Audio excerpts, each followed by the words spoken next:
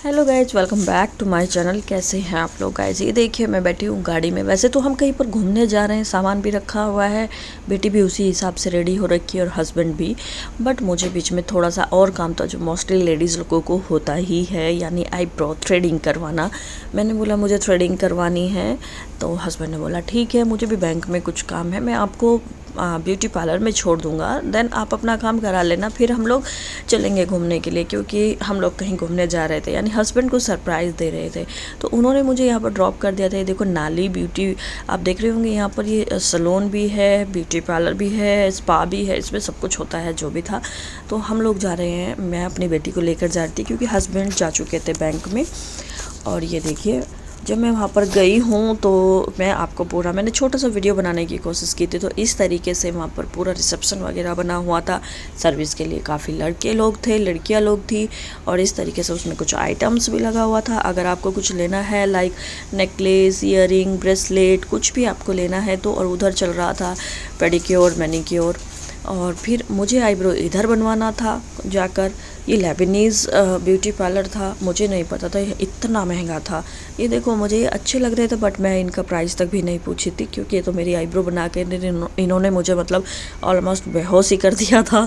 तो मैं इनका प्राइस नहीं पूछी। मैंने बोला मुझे इनका प्राइस बिल्कुल नहीं पूछना, अगर मुझे ख़रीदना होगा तो मैं ख़रीद लूँगी गोल्ड का जाकर इंडिया में, लेकिन यहाँ नहीं ख़रीदने वाली कुछ भी। तो ये देखो मेरी थ्रेडिंग इतनी बड़ी हुई है, पहले मैं आपको दिखा देती हूँ, फिर मैं करवाने के बाद मैं आपको दिखाऊंगी। समीका सुपर बोर हो रही है क्योंकि उसके पापा उसको बैंक में भी नहीं लेके गए कि मम्मा के पास रहना, मेरे पास छोड़ के गए हैं। तो मैं अब इन लोगों ने अब मेरे को बुलाया है कि चलो बैठो। तो पहले तो मुझे चेयर पे बैठने में ही थोड़ा अजीब लगा, क्योंकि जैसे हम लोग इंडिया में बनवाते हैं तो थोड़ा नेक को रेस्ट देने के लिए रहता है चेयर, मतलब इतनी ऊंची रहती है उसका। बट यहाँ ऐसा कुछ भी नहीं था, बहुत छोटी चेयर थी। और ये वैक्सिंग कर रही हैं, आईब्रो थ्रेडिंग, वैक्सिंग कर रही, थ्रेडिंग नहीं कर रही हैं, आईब्रो को वैक्स कर रही हैं। वैक्स करके जो एक दो हेयर रह जाता है उसको प्लग से कर रही हैं, हटा रही हैं। बट पता नहीं क्यों ये लेबनीज है जो मेरी आईब्रो बना रही है। मैंने इनको बोला मेरी आईब्रो आप थोड़ी सी थिन बनाना, मतलब पतली बनाना, बट इनको पता नहीं क्यों मेरी आईब्रो बहुत मोटी अच्छी लग रही थी, यानी थिक अच्छी लग रही थी। मैंने कितना जोर ज़बरदस्ती करवा के जितनी भी बनवाई है, ये बड़ी मुश्किल से पतली करवाई है।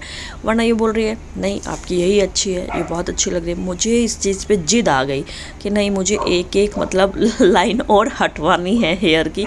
जब मैं बनवाने भी आई हूँ तो थोड़ी तो पतली बनाऊँ, थिक मुझे पता है, थिक पसंद है, लेकिन इतनी भी थिक नहीं ना कि सिर्फ मैं यहाँ पैसे देने आई हूँ, है ना। तो मैं अभी आपको अपनी आईब्रो दिखाऊंगी, आप बताना कैसी है।